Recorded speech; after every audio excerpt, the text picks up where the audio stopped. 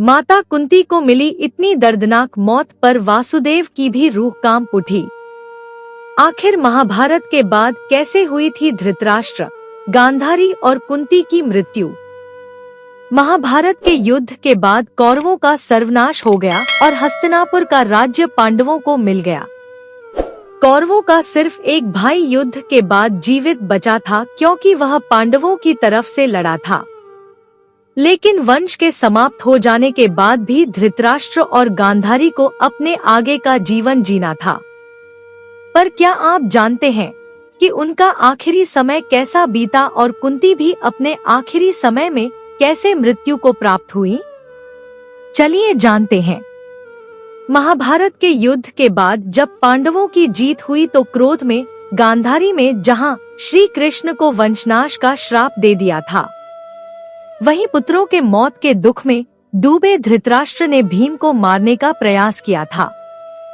भीम ने जिस तरह से दुर्योधन के रक्त से द्रौपदी के बाल धुलवाकर अपना वचन पूरा किया था, उसके बाद धृतराष्ट्र भीम से बहुत ही क्षुब्ध थे। युद्ध के बाद युधिष्ठिर को हस्तिनापुर का राजपाट मिला और उन्होंने कई वर्षों तक हस्तिनापुर पर राज भी किया। लेकिन कहते हैं कि भीम भी धृतराष्ट्र से बहुत अधिक प्रसन्न नहीं रहते थे और उन्हें ताना मारा करते थे। हालांकि पांडवों की माता कुंती धृतराष्ट्र और गांधारी का पूरा ध्यान रखती थी। एक दिन भीम के तानों से दुखी होकर धृतराष्ट्र और गांधारी ने वन में जाकर तप करने का निश्चय किया। यह सोचकर वे दोनों महल छोड़कर वन में चले गए। संजय ने भी उनके साथ चलने का निर्णय लिया। वहां वे जाकर तपस्या करने लगे और तपस्वियों के जैसा जीवन व्यतीत करने लगे। जब तीनों के वन में गए काफी समय हो गया और एक दिन देवर्षि नारद युधिष्ठिर के पास पहुँचे तो युधिष्ठिर ने उनसे धृतराष्ट्र, गांधारी और अपनी माता कुंती के बारे में पूछा। युधिष्ठिर जानते थे कि नारद मुनि को तीनों लोकों की खबर रहती है, उन्हें उन सब की भी खबर जरूर होगी। तब युधिष्ठिर को नारद मुनि ने बताया कि जब धृतराष्ट्र, गांधारी और कुंती हरिद्वार के पास वन में रहकर तपस्या कर रहे थे, लेकिन एक दिन वन में भयंकर आग लग गई। दुर्बलता की वजह से धृतराष्ट्र, गांधारी और कुंती भाग नहीं सकी।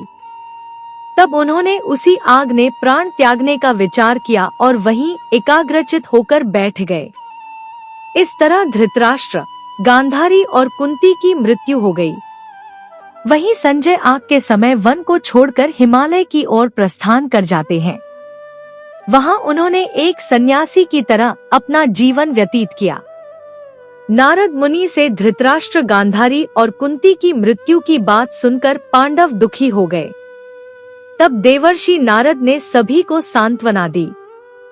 उसके बाद युधिष्ठिर ने विधि पूर्वक सभी का श्राद्ध कर्म किया। ब्राह्मणों को दान दक्षिणा देकर उनकी आत्मा की शांति के लिए प्रार्थना की। कुछ साल बाद पांडव अपने कार्यों को पूरा करके स्वर्ग चले गए और भगवान कृष्ण अपने बैकुंठ धाम को चले गए। तभी से कलयुग का आरंभ होता है। आशा करती हूँ यह कहानी आप लोगों को अच्छी लगी होगी। अच्छी लगे तो लाइक करें, अपने दोस्तों के साथ शेयर करें, मेरे चैनल को सब्सक्राइब करें और कमेंट में जय श्री कृष्ण अवश्य लिखें। कहानी सुनने के लिए बहुत बहुत धन्यवाद। मिलती हूँ एक और अच्छी कहानी के साथ।